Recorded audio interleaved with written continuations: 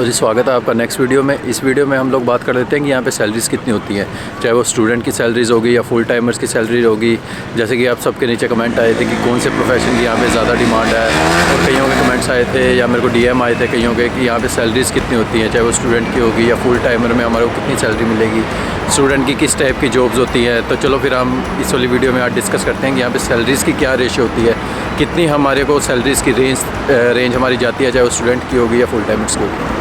तो यार अगर हम बात करें ना यहाँ पे सैलरीज़ की, तो सबसे पहले देखो मैं आपको सजेशन देता हूँ कि आप ना यहाँ पे पब्लिक यूनिवर्सिटी में आओ rather than कि आप प्राइवेट में आओ। हम सबसे पहले क्या करते हैं, जब भी हमारा मूड बनता है ना कि यार फ़ॉरेन में मूव होते हैं, हम सबसे पहले ना चले जाते हैं एजेंट के पास, और एजेंट हमारा इसी चीज़ का फ़ायदा उठाते हैं। वो हमें बोलते हैं कि आप प्राइवेट यूनिवर्सिटी में जाओ।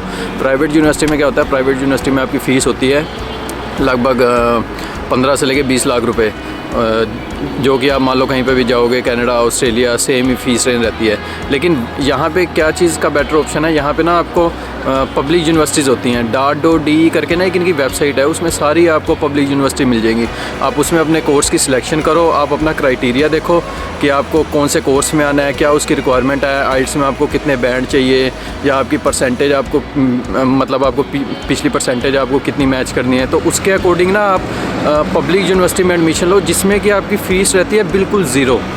अगर आपके 60% या 70% हैं, और जब हम लोगों को इंटरनेट चलाना आता है, आजकल हर चीज़ इंटरनेट के ऊपर अवेलेबल है, चाहे इनकी ऑफिशियल वेबसाइट होगी, आप किसी भी यूनिवर्सिटी की वेबसाइट खोल के देखो आप उसमें क्या उनका क्राइटेरिया रहता है। तो हमारे को क्या ज़रूरत है यार प्राइवेट यूनिवर्सिटी में आने की, तो बेटर है कि आप पब्लिक में ही आओ। एक तो आपके सिर के ऊपर ना कोई बर्डन नहीं होगा कि यार मेरे को यहाँ पे मैं आ गया हूँ, पीछे से मैं इतना पैसा खर्च करके आऊँ, या अब कई बच्चे आते हैं लोन लेके आते हैं कि यार मेरे को पीछे अपना पैसा उतारना है। तो कोई ज़रूरत नहीं है हमारे को प्राइवेट यूनिवर्सिटी में आने की, सिर्फ आप पब्लिक में ही अप्लाई करो, पब्लिक में ही आओ। यूनी-असिस्ट का पोर्टल है, .DE है, बाकी यूनिवर्सिटीज़ की आप वेबसाइट खोलो, देखो उनका क्या क्राइटेरिया रहता है, किस कोर्स में आपने में आना है। हर कोर्स के अकॉर्डिंग उनका अलग अलग क्राइटेरिया रहता है। तो आप पब्लिक यूनिवर्सिटी में ही आओ, किसी आप एजेंट के पास आपको जाने की ज़रूरत नहीं है, अपने आप घर पर बैठे आप अप्लाई करो। और ऊपर से आप यहाँ पर जब भी आप अप्लाई करोगे ना पब्लिक यूनिवर्सिटी में, तो आपके पास थोड़ा सा टाइम होता है, 4 महीने, 6 महीने, 10 महीने हो गए, उसमें ना आप अपनी जर्मन लैंग्वेज स्किल्स को थोड़ा और शार्प करो। क्योंकि जब आप यहाँ पे आओगे ना, तो डायरेक्ट आप कंपनी में भी जॉब आपको मिल सकती है एज अ स्टूडेंट। अगर हम बात करें ना यहाँ पे कोर्स की किसकी सबसे ज़्यादा डिमांड है, तो कोर्स की यहाँ पे डिमांड होती है IT की सबसे ज़्यादा, और ऑटोमोबाइल की सबसे ज़्यादा। जैसे कि IT का तो आपको पता है फ्यूचर हर जगह पर है ही है। और अगर आप ऑटोमोबाइल के फील्ड में भी आएंगे, जर्मनी जैसे हम सबको पता है कि हब है यहाँ पे, फोक्सवैगन, मर्सिडीज़, ऑडी, BMW, कोई सा भी आप बड़ा ब्रांड उठा के देख लो, वो यहीं का है, जर्मनी का। तो IT और ऑटोमोबाइल की यहाँ पर बहुत डिमांड है। तो अगर हम बात करें ना स्टूडेंट की जॉब्स की, स्टूडेंट के यहाँ पे बहुत जॉब्स हैं। जैसे कि रेस्टोरेंट लाइन में मैकडी, KFC, बर्गर किंग हो गया, या अमेज़ोन में वेयर हाउसेज़ में जॉब्स मिल जाती हैं, डिलीवरी की जॉब्स हैं, और वर्किंग स्टूडेंट जॉब हैं। जैसे कि अगर मान लो आपको इंडिया में अच्छा एक्सपीरियंस है किसी भी फील्ड का, चाहे वो IT हो गया, मैकेनिकल, ऑटोमोबाइल, कोई सा भी हो गया आपका, अगर आपको इंडिया में प्रायर एक्सपीरियंस है ना, तो कंपनीज़ ना क्या करती हैं, यहाँ पे वर्किंग स्टूडेंट रख लेती हैं।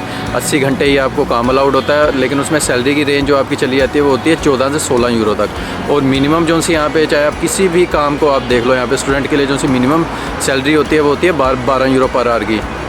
तो जैसे कि हमारे को 80 घंटे काम अलाउड होता है स्टूडेंट्स को, तो वो होगी आपकी 960 यूरो, या मोटा मोटा आप लगा लो कि 1000 यूरो होगी। और यार यहाँ पे ना जॉब्स के लिए सबसे अच्छी चीज़ है, यहाँ पे ना कंपनीज़ आजकल बहुत ज़्यादा स्पॉन्सरशिप कर रही हैं, चाहे वो किसी भी देश का बंदा हो। अगर आपको इंडिया में IT का एक्सपीरियंस है या किसी भी और फील्ड का एक्सपीरियंस है ना, तो मैं आपको रेकमेंड करूँगा कि जो सी इनकी ऑफिशियल वेबसाइट्स है ना, कहीं जैसे कि यहाँ की प्राइवेट भी होती हैं, जिंग होगी, स्टेपस्टोन होगी, उसके ऊपर ना आप जॉब सर्च करो, और एक ना अपना यूरोपियन फॉर्मेट के ऊपर आप अपना रेज्यूमे को कन्वर्ट करो, और उसके ऊपर जाके आप जॉब्स को अप्लाई करो। एक तो यहाँ पे आपको स्पॉन्सरशिप मिल जाएगी, ऊपर से आपका कोई खर्चा नहीं आएगा यहाँ पे। सबसे अच्छी बात यही है यहाँ की। और अगर आपको कनाडा वगैरह में जाना है, कनाडा में क्या होता है, हमारे को LMIA चाहिए होता है, जिसमें कि आप सबको पता है कि जो सा एम्प्लॉयर होता है ना, उसको प्रूव करना होता है गवर्नमेंट को कि मेरे को पूरे कनाडा में मैंने सर्च कर लिया है, यहाँ पे मेरे को कोई सा भी बंदा नहीं मिल रहा, इस करके मैं इंडिया से या किसी और कंट्री से मैं बंदे को स्पॉन्सर कर रहा हूँ। तो यहाँ पे स्पॉन्सरशिप के ऊपर आना बहुत इजी रहता है। अगर आप किसी भी कंपनी की वेबसाइट खोलेंगे, उसके ऊपर आप जॉब डिस्क्रिप्शन देखो, और उसमें देखोगे आपका कौन सा क्राइटेरिया आपका मैच कर रहा है उसमें। तो अगर आप उसके ऊपर जॉब्स अप्लाई करोगे ना, थोड़ी सी मेहनत ज़रूर होती है कि आपको थोड़े इनके प्राइवेट वगैरह जो उनसे इनके प्लेटफॉर्म्स हैं उसके ऊपर जाके आपको सर्च करना पड़ता है, लेकिन आपको बहुत अच्छे उसके ऊपर रिजल्ट मिलेंगे। और हाँ, स्पॉन्सरशिप भी। अगर हम बात करें कि फुल टाइम वालों के लिए क्या यहाँ पे सैलरी रेंज आती है, वो होती है IT के लिए मिनिमम जो सी सैलरी रेंज होगी वो होगी आपकी 45,000 से आपकी जॉब स्टार्ट हो जाती हैं। तो 45,000 में ना आपको ब्लू कार्ड भी स्पॉन्सर हो जाता है। और अगर हम बात करें कि यहाँ पे IT के बाद ऑटोमोबाइल या मैकेनिकल में कितनी जाती है, उसमें चली जाती है आपकी 50 से लेके 60,000 यूरो तक। उसके अंडर भी आपका ब्लू कार्ड स्पॉन्सरशिप हो जाती है। सबसे अच्छी बात क्या है यूरोप में आने की, एक तो यहाँ पे 26 कंट्रियाँ होंगी। किसी भी कंट्री में आप विदाउट कोई आपको टूरिस्ट वीज़ा लेने की ज़रूरत नहीं है, किसी भी कंट्री में आप घूमने के लिए जा सकते हो। और अच्छी बात क्या होगी, यहाँ पे ना सिर्फ आपकी 21 महीने के अंदर PR हो जाती है। कोई सा भी अगर आप दूसरा कंट्री देखोगे ना, कनाडा हो गया या ऑस्ट्रेलिया हो गया, उसमें क्या होता है पॉइंट सिस्टम होते हैं कि आपको पॉइंट्स क्लियर करने होते हैं कि आपके 750 या 500 अकॉर्डिंग टू आपका फील्ड के आपके कितने पॉइंट्स आपको कवर करने हैं। यहाँ पे ऐसा कुछ नहीं है, सिर्फ आपको 21 महीने लगते हैं, आप अपनी PR के लिए एलिजिबल हो जाते हो। सिर्फ एक क्राइटेरिया रहता है कि आपको B1 लैंग्वेज क्लियर करनी होती है। B1 लैंग्वेज का मैं आपको बताऊँ, सिर्फ मेरे हिसाब से 6 या 7 महीने आपको लगते हैं। B1 लैंग्वेज आप अच्छे से सीख सकते हो यहाँ पे, सिर्फ यहाँ का यही क्राइटेरिया रहता है। और इंस्टाग्राम के ऊपर ना मैं अपनी स्टोरीज़ डालता रहता हूँ, कहीं पे भी मैं होता हूँ या मान लो कहीं पे मैं घूमने जाता हूँ, तो आप इंस्टाग्राम पे मुझे फॉलो कर लो। रेगुलर आपको मेरी लाइफ़ के बारे में पता लगता रहेगा।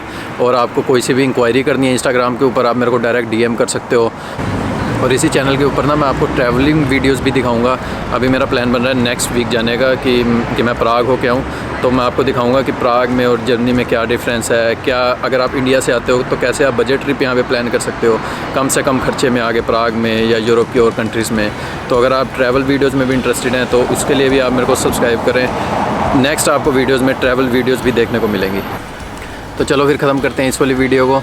होप करता हूँ कि आपको ये वाली इन्फॉर्मेशन काफ़ी काम की लगी होगी, चाहे आपने स्टूडेंट आना है या फुल टाइम आना है या कैसे आपने स्पॉन्सरशिप अप्लाई करनी है कंपनीज़ के थ्रू।